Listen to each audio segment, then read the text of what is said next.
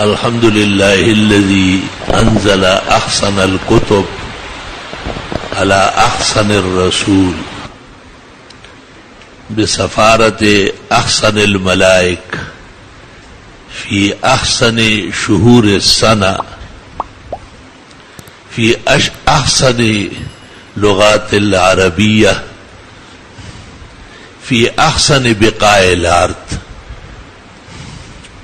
فكمل الكتاب من كل الوجوه وصلى الله وسلم على رسوله ونبيه أفضل الخلائق والأولياء والمتقين خاتم الرسل والنبيين وعلى آله وأصحابه أجمعين أما بعد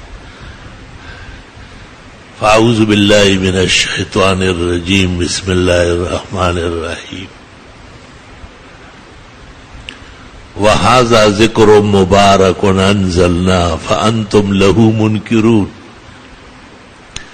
ابن کثیر نے سورۃ یوسف میں قرآن شریف کا بیان کیا ہے کہ یہ بہترین کتاب بہترین رسول پر بہترین فرشتے کے ذریعے بہترین مہینے میں بہترین شہر عالم میں بہترین لغات عربی میں نازل ہوا ہے. تو وہی عبارت میں نے اشرف کی جگہ احسن لگایا کیونکہ احسن الکتب قرآن شریف میں اللہ تعالیٰ نے کہا ہے قرآن مجید کو کہ اللہ تعالیٰ نے یہ بہترین کتاب بہترین رسول حضرت محمد صلی اللہ علیہ وسلم پر بہترین فرشتے حضرت جبریل کے ذریعے بہترین مہینے رمضان شریف میں اور بہترین شہر مکہ مکرمہ میں اور بہترین لغت عربی مبین جو جناب رسول اللہ صلی اللہ علیہ وسلم اور حضرت اسماعیل اور بنو جرہم کی افصح اللغات ہے پوری کائنات کے اندر اس میں نازل فرمایا ہے.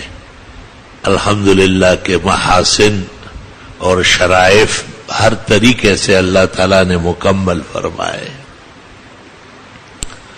میرے بزرگوں اور بھائیوں، قرآن کریم جس طرح باہر ہے، یہ جو آپ اور ہم باہر دیکھتے ہیں سمندر، یہ بہت چھوٹا ہے. کوئی ایسا ملک ہو سکتا ہے جہاں یہ نہ ہو اور اس کی ضرورت بھی نہ ہو، لیکن انسانیت ہمیشہ قرآن شریف کا محتاج ہے. جن لوگوں کو قرآن شریف نہیں پہنچا، آپ ان کی زندگی دیکھیں گے تو آپ کو بہت افسوس ہوگا کہ اللہ تو انسان کے رنگ میں درندے اور جانور ہے، اور جن لوگوں کو قرآن شریف پہنچ چکا ہے تو آپ ان کی زندگی، ان کے حسنات، ان کی یہ انقلابی خیالات، ان کے اللہ سے خوف اور خشیت اور ان کے اپنے پاک پیغمبر کے ساتھ عقیدت اور احترام اور آپس میں حسن و سلوک، یہ سب قرآن شریف کے وجوہ، محاسن، معارف اور مقاصد ہے جس سے اللہ تعالیٰ نے امت مسلمہ کو سرفراز فرمایا ہے.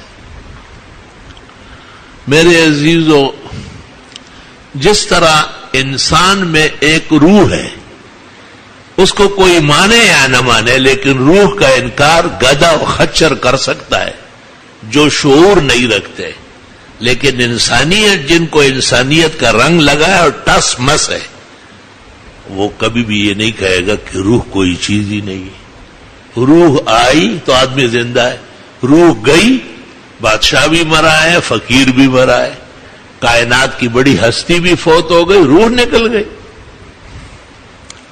روح العالم، روح السماوات اور روح الارضین، کل کائنات کی روح قرآن شریف ہے. اللہ تعالیٰ نے کہا ہے میں نے نازل کیا ہے اور میں اس کو بچاؤں گا.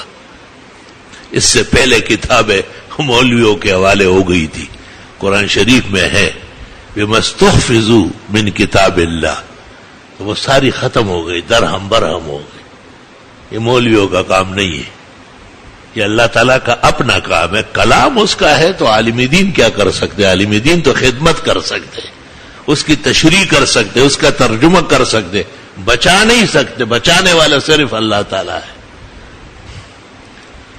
احادیث میں ہے کہ قرب قیامت میں جب قیامت قائم ہوگی تو دو کام بڑے عجیب ہو جائیں گے۔ ایک دن کعبہ غائب ہو جائے گا اور لوگ اس غم میں ہوں گے کہ اب پتہ چل جائے گا کہ قرآن شریف بھی موجود نہیں ہے۔ کاغذ پڑے ہوں گے، نقوش ہوں گے، لیکن عبارت نہیں ہوگی۔ کاغذ تو کسی بھی پریس میں بن سکتا ہے، چھپ سکتا ہے، لیکن جو عبارات ہے اور ملہمات ہے، کلام اللہ ہے، وہ موجود نہیں ہوگا۔ بس اسی کے ساتھ زلزلے در زلزلے، آسمان کا پھٹ جانا، پہاڑوں کا اڑ جانا اور زمین کا درہم برہم ہو جانا، اور ایک ایسا وبا اور ایسی آفات، ذالک یوم التغابن، لوٹ کسوٹ کا دن، ذالک یوم التناد، ہر طرف چیخ و پکار، الحاقۃ ملحاقہ، یہ تو ہو کے رہنے والا ہے، القاریۃ ملقاریہ، سب چیزیں ایک دوسرے سے ٹکر جائے گی۔